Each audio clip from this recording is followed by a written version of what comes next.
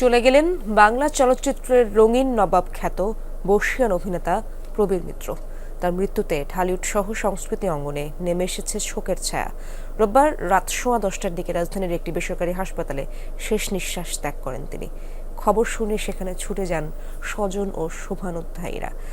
বাদজোহর ধর্মান্তরিত এই অভিনেতার জানাজা হবে এফডিসিতে। এরপর তাকে আজিমপুর কবরস্থানে দাফন করা হবে।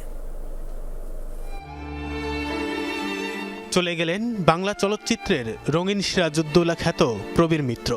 81 বছর বয়সী প্রবীর মিত্র শারীরিক জটিলতা নিয়ে বেশ কিছুদিন ধরে হাসপাতালে ভর্তি ছিলেন। 1969 সালে জলছবি দিয়ে চলচ্চিত্র জগতে পদার্পণ প্রবীর মিত্রর। দীর্ঘ 5 দশকের চলচ্চিত্র ক্যারিয়ারে তিতাস একটি নদীর নাম, জীবন তৃষ্ণা, অশান্ত ঢেউ, গায়ের ছেলে, পুত্রবধূ সহ 4 শতাধিক চলচ্চিত্রে অভিনয় করেছেন এই অভিনেতা। গুণী এই অভিনেতার মৃত্যুতে চলচ্চিত্র অঙ্গনে নেমে এসেছে শোকের ছায়া। শিল্পীর প্রস্থানের খবর পেয়ে হাসপাতালে ছুটে যান দীর্ঘদিনের সহকর্মীরা। পরিণত বয়সে মৃত্যু হলেও জাতীয় চলচ্চিত্র পুরস্কারপ্রাপ্ত এই অভিনেতার বিদায় পীড়া দিয়েছে সকলকেই।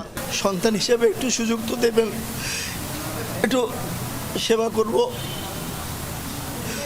ওনার সব কথা শুনবো, ওনাকে চিকিৎসা করার সুযোগটা তো দেবেন। দিলেন না। হসপিটাল থেকে জাস্ট মগবাজারে গেলাম, প্রবীর দাকে নিয়ে গল্প হচ্ছিল, কথা হচ্ছিল, অঞ্জন আপার মিলাদ নিয়ে কথা হচ্ছিল, কিন্তু এরই মধ্যে আরেকটি শোক আমাদেরকে আল্লাহ তাআলা দিবে এটা আমরা ভাবতে পারি নাই। সোমবার বাদজোহর প্রবীর মিত্রের প্রথম জানাজার নামাজ হবে তার দীর্ঘদিনের কর্মস্থল এফডিসিতে।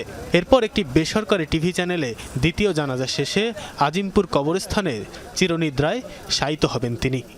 ওনার নামাজে জানাজা এফডিসির মসজিদে অনুষ্ঠিত হবে, আর বাদজোহর অনুষ্ঠিত হবে, এবং ওখান থেকে আমরা চ্যানেল আইতে একটা বোধহয় একটা অনুষ্ঠান হবে, ওখান থেকে তারপরে আমরা আজিমপুর কবরস্থানে ওনাকে দাফন করব। আপনারা সবাই ওনার জন্য, ওনার রুহের মাগফিরাতের জন্য দোয়া করবেন। প্রবীর মিত্রের চলে যাওয়ায় বাংলা চলচ্চিত্রের ইতিহাসের একটি অধ্যায়ের পরিসমাপ্তি ঘটল। বাংলা চলচ্চিত্রের মসনদ আগলে রাখতে আর কোনোদিন ফিরবেন না রঙিন নবাব সিরাজউদ্দৌলা। তানফির সিদ্দিক টিপু, যমুনা নিউজ, ঢাকা।